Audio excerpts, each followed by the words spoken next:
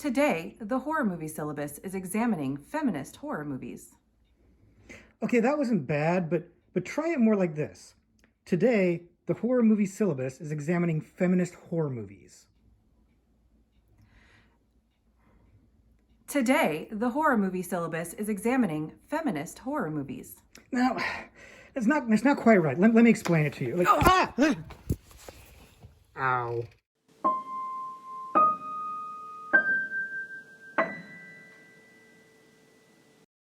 Hello, everybody, and welcome back to the horror movie syllabus.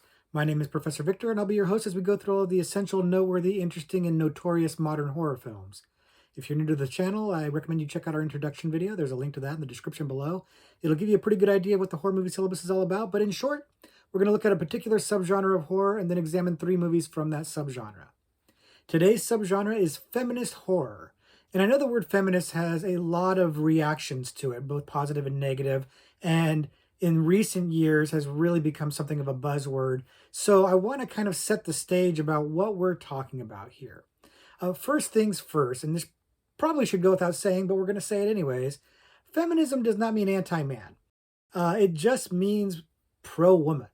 And there's a lot of debate in the horror community as to what exactly is and isn't feminist horror. And that stems a lot from the slasher subgenre, really, where the idea of the final girl lends itself to arguments that those movies are both feminist and misogynist. And we've talked about that a little bit before. We talked about it, I think, in the slasher subgenre video. And there's actually a really great book about it, Men, Women, and Chainsaws, that goes into this in great depth and detail. It's a fantastic read, although it's very academic, so it's not the breeziest of reads. But that's kind of setting the stage for the quagmire that is feminist horror. There's not necessarily a clear-cut example or barometer of what constitutes feminist horror. Is it horror that's directed by women or written by women? Maybe, sure. Horror where the women are the protagonist or portrayed particularly well? I'll make the argument for that too. Is it horror where there's a very strong pro-women message, something a little bit more political in nature? I can make an argument for that as well. And here's the thing. We're going to talk about pretty much all of that in this video. And we're going to kind of just feel our way through this. And to be honest, let's just call it out. I'm not the most qualified person to talk about this subject. I'm not. But I'm not going to not talk about it either. It felt more wrong to me to ignore feminist horror than to not talk about it because I'm a man. That just didn't feel right to me. So I'm going to do my best and rely on you guys in the comments to come up with input and suggestions, and maybe even some additional videos or other sources of information like Men, Women, and Chainsaws, where people can look and get better information than what I'm going to give here. I think that's maybe the best way to handle it is let's come together and pool resources, if you will. But that said, I do want to get into these movies because I think there's a lot to be said for this subgenre and the wide diversity of films, both in terms of quality and in terms of message. And we're going to touch on a lot of that. We're going to talk about movies that I think are really good examples of feminism, and maybe one or two that aren't so good examples of feminism. And you'll see as we go along what we're talking about here. But as we go along, we'll rank the movies in undergraduate, graduate, postgraduate level, as we do here. And in this case, the order is going to be an increasing level of quality of film. So as the movies go on, they're going to get better and better. So with that, let's go ahead and tackle these movies. The first feminist horror movie we're looking at today, the undergraduate level selection, is Slumber Party Massacre. Now, Slumber Party Massacre came out in 1982, and it is a standard slasher flick like you would have seen in the early 80s, except that it's also not a standard slasher flick, and that is why it makes the list, and that's what makes this so interesting and stand out amongst the crowd of really a lot of standard slashers that have a lot of the same setup and a same motif. This one is sort of a parody of that, but it's also sort of not. But we'll get into that in a second. If you haven't seen the movie, like I said, it is somewhat of a standard slasher flick. It's a setup of, a few girls who are having a sleepover, and there is an escaped killer on the loose who uses a drill to kill his victims. And he, of course, is stalking these girls as they are having their little party. And of course, hijinks abound as always. As I said, not necessarily the most original of setup. What makes the movie interesting is its pedigree. The movie is directed by a woman, Amy Holden Jones, and that's noteworthy for this type of movie, especially in 1982. But what's really noteworthy to me is that it's written by a woman named Rita Mae Brown, and I'm not super familiar with her work, but she is a noted feminist author. And the fact that she wrote this slasher flick is particularly strange and interesting. And apparently, her original script is something of a parody of the tropes of slasher movies. But this movie is also produced by Roger Corman, which should give you an idea of what kind of movie you're in for. These two things are somewhat incongruous. A feminist script that is a parody, satire, if you will, of the slasher tropes being made by Roger Corman. It doesn't seem like it should work, and yet it somehow does. And it's hard to explain because this movie is a straight slasher movie. It's not like Scary Movie or some sort of parody wink wink nudge nudge thing. It's a straight slasher movie. It's playing it straight, but a lot of the subversive stuff that is in Brown's script made it into the movie. It's just played straight. And yet it still somehow kind of works. It's definitely not a movie that's hitting you over the head with its feminist message, for sure. But it's also not terribly subtle with its imagery. The killer is using a drill to kill people, and the drill is very clearly a phallic symbol. And that gets played up more than once in the movie, very obviously, and to really good effect. The movie does lean on a lot of these tropes, a lot of the standard things you'd see in a slasher flick: nudity, abundant nudity, and people making decisions that maybe aren't so bright, a setup that doesn't necessarily lend itself to logic or common sense, uh, characters that are maybe kind of thin. All of this stuff is stuff that you would see in other slasher movies, and you wouldn't bat an eyelash at it here. But when you have the meta knowledge of the origins of the story, of the pedigree, the feminist pedigree of the script, it gives it a different take. You look at it through a different lens, and when you do that, it's more enriching. You get more out of the movie. It's far more fascinating to think of this from a feminist angle than to just think of it as a standard horror flick. But the beauty is, you can do either. You could do both. The movie works on both levels, and that's one of the reasons why I think it's so popular and has endured to this day. It's just an interesting blend of exploitation and feminism. It's doing both in the same movie and doing both reasonably well.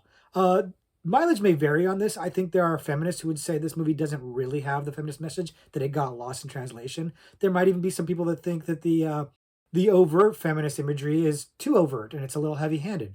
I disagree with both of those. I think that the movie threads that needle really well between being both exploitation and feminism. And I love it for that. I think it's fantastic. Now, admittedly, I love me some slasher movies, so I'm predisposed to like a movie like this. But I think this one feels fresh and interesting because of this pedigree.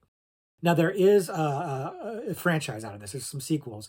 And the second one in particular, there's three movies, and then the second one in particular is very fun. It really doubles down on the ridiculousness of it. It's not so much the feminist message anymore. It's really just a straight horror. It's not even straight slasher horror. It really is bizarre with the rockabilly killer with a guitar that's a drill. It's absolutely fantastic and campy and fun. Again, Roger Corman, the Corman really coming out in that second one. It's a blast, and it's only tangentially related to the first movie. So the sequels aren't must sees, but the second one I would definitely recommend it if you like goofy fun. And it's also tied into Corman has a kind of a massacre collection, if you will. And you saw on the DVD case, it actually says that in there, and it involves like Sorority House Massacre, and I can't remember the other ones that are in there. But it is kind of a series of films.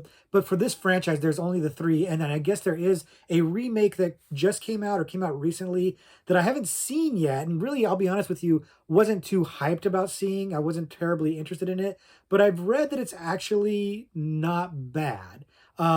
It's a little bit like the 2019 Black Christmas. More on that in a minute. but in a way that's a little bit more fun. At least this is what I've read. If you've seen it, let me know. But the original, I think, is something that's kind of a must see, especially for feminist horror. It's something of a landmark movie.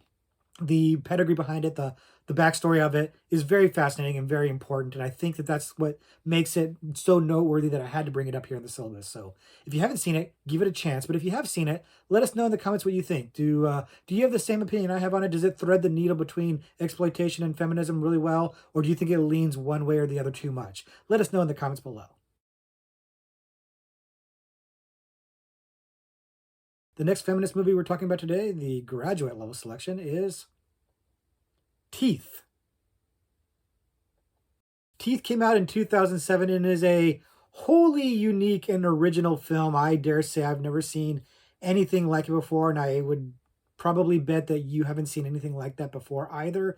It is maybe evident, maybe not evident from the title and the poster what it's about, but it is a surprising thing nonetheless, and it is a really good blend of horror and comedy, and definitely a great feminist message. And if you haven't seen it before, Teeth is the story of a young girl, high school girl, who leads an abstinence club. She's definitely saving herself for marriage. She's got her abstinence beliefs, but then winds up getting pressured into some sexual activity, only to discover that she suffers from a condition called vagina dentata, which is teeth in your vagina. And the teeth in the vagina help defend her against really awful people who want to take advantage of her in the worst possible ways. And hijinks abound, as I like to say. But this movie is a trip. And it's a trip because vagina teeth. Vagina teeth, man. And what's funny about this is I would say to you, who would have thought of this idea? Who came up with this? Except that it actually is based on a real folklore legend. This is not something that was made up for the movie. There, if you look this up, like on Wikipedia, you can find the history and origin of this fear of there being teeth in a woman's vagina. It's absolutely fascinating, and I guess somebody came across this and decided that'd make a really great horror film, and they were right, because it does make a great horror film. This movie is a really great horror comedy, really. It's funny and gross, but it also has a really great positive feminist message, and that is quite simply that women may be more powerful than you think, and they're not necessarily the victims that you expect them to be. This movie kind of leans into that pretty hard. The idea that if a man tries to sexually assault our main character, his business might get bit off by her business. And yes, they show this stuff. They show the business getting bit off. It's gory and gross and disturbing, but it's also hysterical, and that's the perfect blend for a movie like this. You don't want to have to take it too seriously, but you do want to get the point across. And the movie does so really well because our lead character has the ability to bite off a man's penis, but it only happens when she's feeling attacked or threatened. When she's into it, everything's fine. And I think that's an interesting idea or concept, because clearly vagina dentata not a real thing. But what if it was? How different would society be if that was a thing? If in order to have safe sex, and I don't mean, contraceptive, I mean not dangerous sex, you would have to make sure that the woman was into the act, lest you lose an appendage. That's fascinating. That would solve a lot of problems in society if this was a real thing. And unfortunately, it's not, I suppose. But any man thinking about this might get the willies for this. That might be a little bit skeeving you out. The nice thing about this movie is that it really has a clear moral thread on this. The people getting attacked generally deserve it. And so while the ending, which of course I won't spoil here, maybe gets a little bit darker than that and maybe kind of makes some debate on that statement, overall, it's easy to say that the guys that suffer in this movie have it coming. Now that lends itself to a strong, clear feminist message. And again, one that people might argue is heavy-handed, but I think is done with such tongue-in-cheek fun that I don't think it weighs it down too much. I don't think that people are going to get too upset about, a feminist agenda or whatever it is that upsets them when you're having a good time. And this movie is ultimately a good time. Uh, as much as a good time as seeing, penises bitten off and spit on the ground can be. This movie's a trip, man. And yeah, I've kind of spoiled a little bit of it, but really the central premise gives you the idea right off the bat. You know where this movie is going to go, and it is in fact going to go there. So you have an idea already of whether or not this movie is for you. But again, I want to stress it. It's fun. It's a fun movie. It's gross, it's disturbing, and it's got some heavy stuff. Again, there's a lot of sexual assault themes running throughout this movie. So trigger warning, I suppose, for that. But it's the kind of thing where there's a righteous comeuppance for all the perpetrators of that kind of violence. And it's rather satisfying, actually. It's a rewarding movie in that regard. So this is a movie I absolutely enjoyed. I love it. I think it's a lot of fun. It doesn't seem like it gets too much buzz, but horror fans seem to know it. Whether they've seen it or not, people are aware of it. So it's got a bit of a reputation. And I'd say that reputation is pretty well deserved. It's a great movie. I really enjoyed it. It's well made. It's a lot of fun. Moves at a good pace. Like I said, gory, but with a really strong message that I really enjoy. If you haven't seen it, you've got an idea of whether or not it's something you'd want to check out. And if you have seen it, let me know your thoughts in the comments below on it, because I am aware that not everybody would necessarily be as effusive about it as I am. And the last feminist movie we're looking at today, the postgraduate level selection, is A Girl Walks Home Alone at Night. A Girl Walks Home Alone at Night came out in 2014 and is an absolutely gorgeous piece of art that kind of came out of nowhere and really took the horror world by storm. It really made a lot of buzz. It made a big splash when it came out, and for good reason, because the movie is extremely well crafted and very moving and really, really fascinating. If you're not familiar with it, the movie is taking place in Iran and is the story of this vampire girl who wanders the streets looking for connection, and she comes across a young man who's living a somewhat difficult and hard life, and the two of them find an unlikely connection and common ground, if you will. And to say anything more than that probably spoils the movie more than I already have, so I'll just go ahead and stop there. But suffice to say, this movie is really, really well crafted. It's shot in black and white, and that adds something to it. It gives it a little bit more of a, admittedly, more of an art house feel, and it really is kind of an art house type movie. But it also just allows the cinematography and the camera angles and everything to just kind of shine through. This movie has a bit of a languid pace, and the way it's shot adds to that. And it all just kind of comes together to feel slightly otherworldly, but still rooted in reality. The aspect of it being from an Iranian point of view gives it a whole new, fresh feel to it, because while it is a vampire movie, it's an Iranian vampire movie, and I'd never seen one of those before.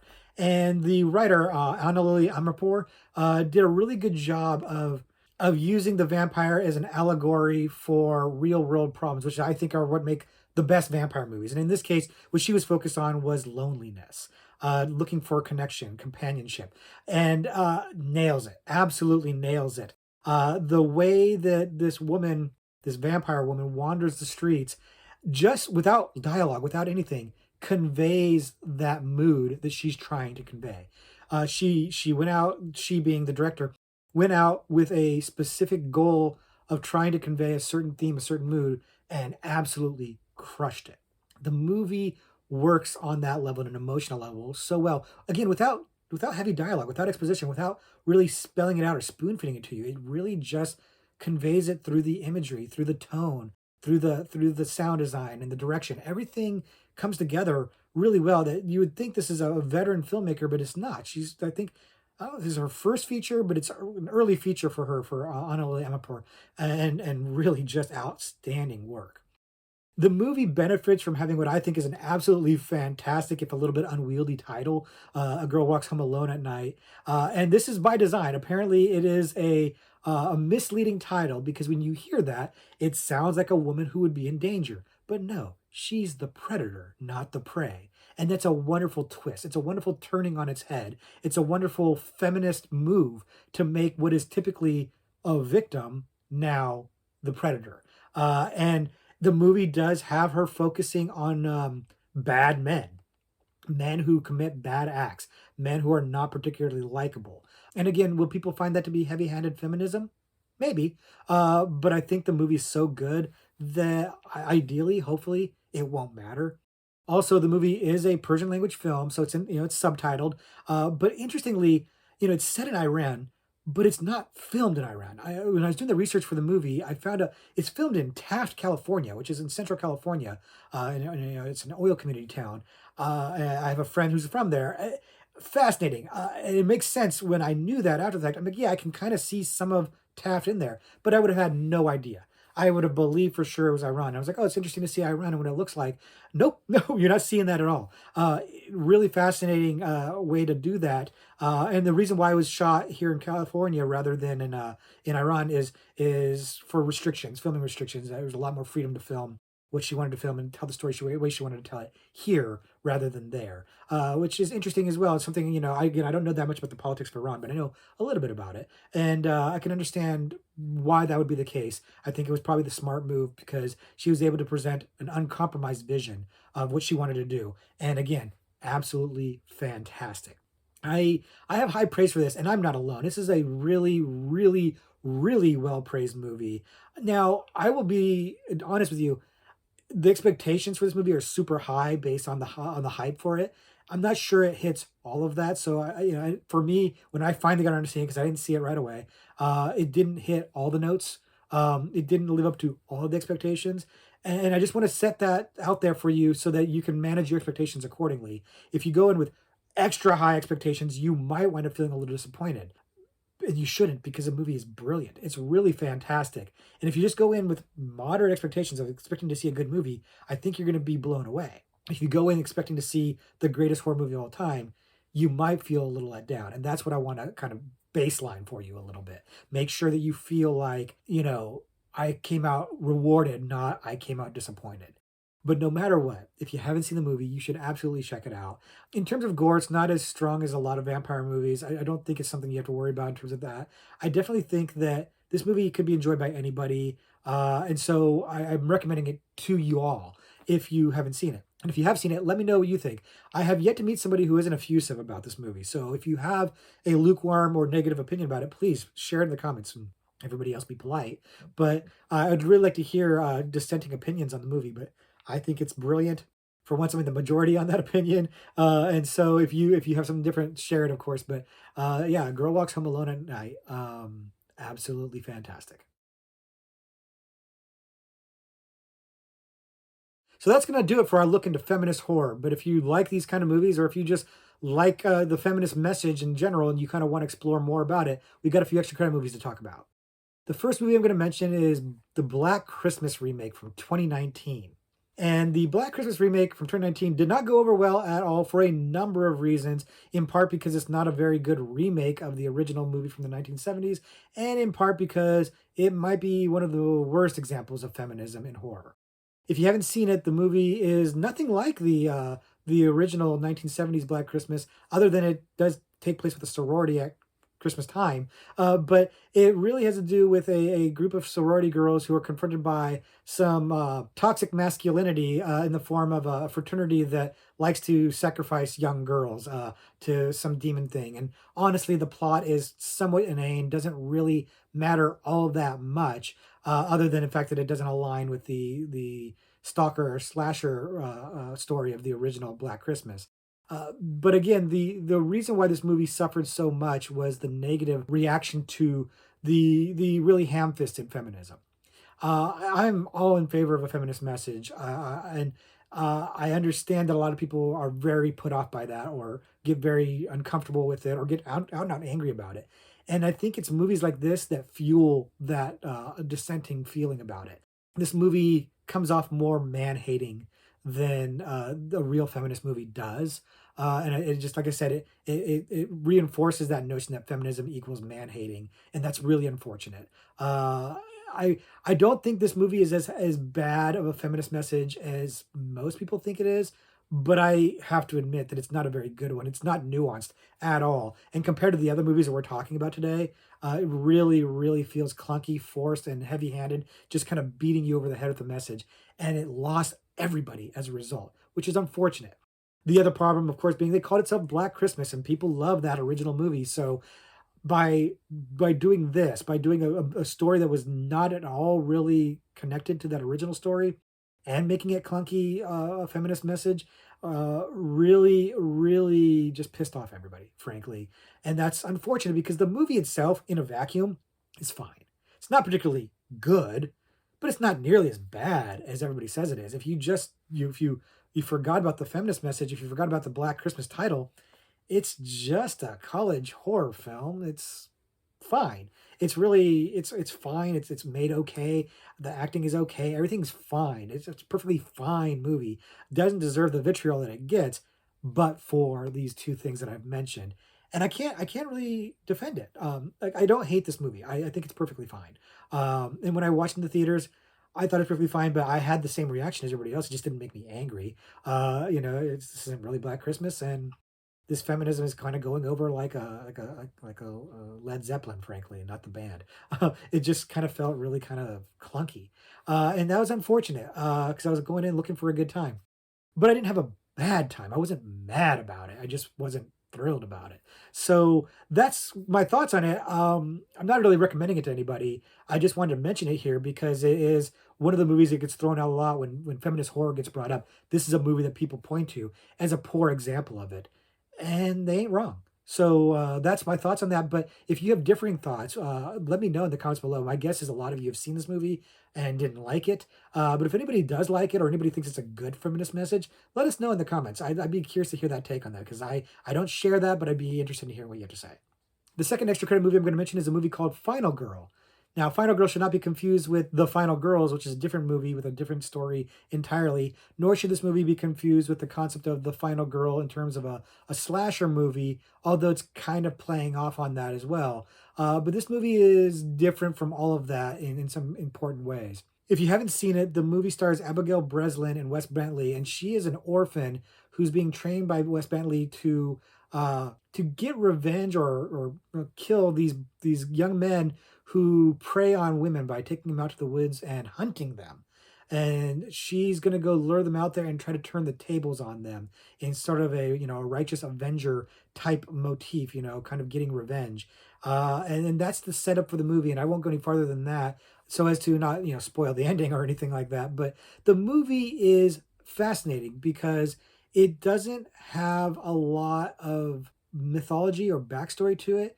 We're not super privy as to what's going on in terms of the motivations of the characters. We're kind of just dropped into it a little bit. And while some backstory or flashbacks are given, you don't get enough of a full picture of that. And I kind of think you don't need to. The movie is simple. These guys are terrible. They take women out, they lure them out to the woods, and then they let them loose and hunt them. It's absolutely despicable. And now you've got a woman that is not the victim that they expected. It's a theme that we've seen throughout this video in terms of feminist horror movies. The woman is not the victim, and oftentimes she's mistaken for the victim, and it's a surprise to her assailants that she is not the victim. And this movie is a perfect example of that. This woman has been specifically trained and put out there to stop these guys from what they're doing. The movie is good. I like this movie more than I probably should, but not as much as I could. This movie could have done more. Like I said, I feel like it had a world that it was setting up that could have fleshed out a little bit more, but I still had fun with the actual premise and I had fun with the movie. I like Abigail Breslin a lot. There's some debate as to whether or not her performance here is good. I think it's good, but some people think that she's too much of a blank slate and didn't give enough. I think that's kind of the point, but again, that's also what I'm saying, that I would have liked a little bit more. But I do think that the action, when it starts rolling, is very satisfying. And I think that It's shot really well. I like the way this movie looks. It's got a bit of a style to it. It's kind of washed out except for the bright pops of red. I really like the way it looks. So to me, the movie is well made. It's pretty well paced. It's not a very long movie, and an enjoyable premise that I could get behind, even if the characters felt a little bit underdeveloped, a little bit thin. I'm giving it a pass on that. So that's why I'm mentioning it here. It doesn't seem like it's the most well-known of movies, but I enjoy it. I like it, and I do think that the feminist message in it is done rather well. Again, another one I guess people could say is heavy-handed, but I feel like there's people that are going to see every feminist message as heavy-handed, and that's there's nothing I can do about that. But I thought this one is on a pretty nice balance of being a fun, interesting movie that had a pretty pro-feminist or pro-female message in it. Yeah, I thought it was a pretty good example of feminist horror, so I had to bring it up here. And the last extra credit movie I'm going to bring up is Jennifer's Body. And Jennifer's Body is a pretty well-known feminist horror movie, although the idea of it being a feminist horror movie might be something of a new revelation only in the last few years. If you haven't seen it, the movie stars Megan Fox and Amanda Seyfried as best friends in high school. And Megan Fox is the sexy one, and Amanda Seyfried is the nerdy one, kind of that trope. And when Megan Fox's character Jennifer gets attacked by would-be Satanists trying to make a sacrifice of a virgin to the devil, they get more than they bargained for because Megan Fox is not a virgin. Things don't go so well, and she comes back as a succubus, coming back to exact revenge on all kinds of men. And that's our setup for the movie that I won't, of course, spoil for you. But the movie is a lot of fun, but you kind of have to know what it is you're going in for. When the movie came out, it was completely mismarketed. It was really focused on Megan Fox as a sex symbol, really aimed towards men, really kind of selling a movie that it was not.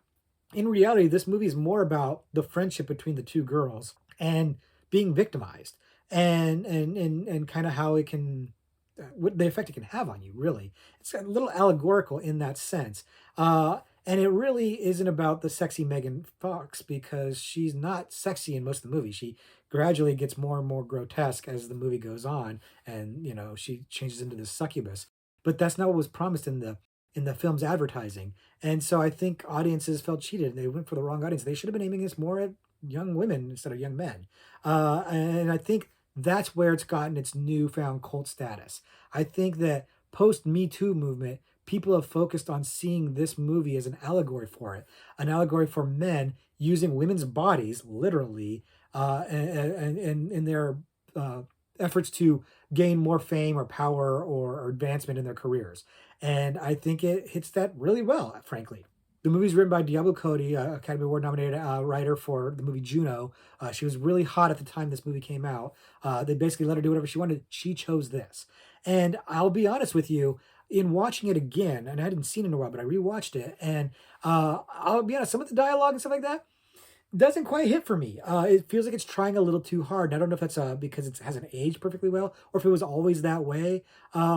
But the dialogue not as sharp as say Juno's. I don't think that it felt as natural coming out of people's mouths. But the movie itself, the story, I think is a pretty solid one. If nothing else, strip away everything else.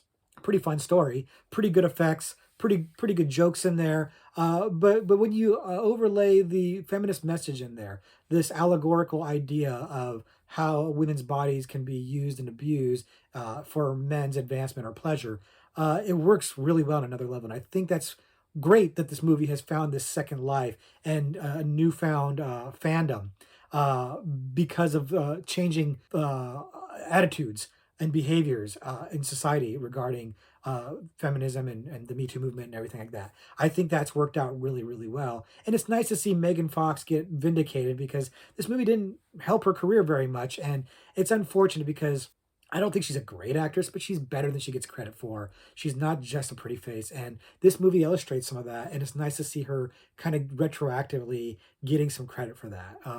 I like that the fact this movie has found its audience and is kind of more enjoyed or beloved now. I still don't think it's a great movie. I like it. I liked it when it came out. I like it the same now. But I like that people's attitudes about it are better because people derided this movie unfairly. It's never as bad as everybody was saying it was. And arguably now some people are saying it's great. It's a masterpiece. It's not as good as that either. It's a good movie. It's fun. It's worth your time. If you haven't seen it, you should check it out. If you have seen it, let me know what you think. But yeah, Jennifer's Body, it's a pretty good feminist movie.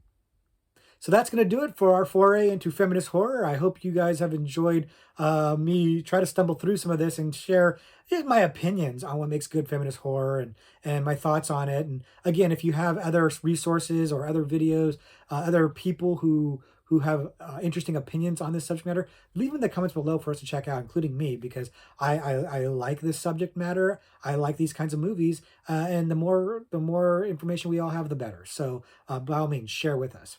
And now comes everybody's favorite time, where it's time to answer a horror trivia question. I'm going to take a Trivia Pursuit card, a horror trivia pursuit card, and I'm going to read a question here live on air and try to answer it and hopefully not embarrass myself. And I'll give you a little bit of time to come up with an answer as well.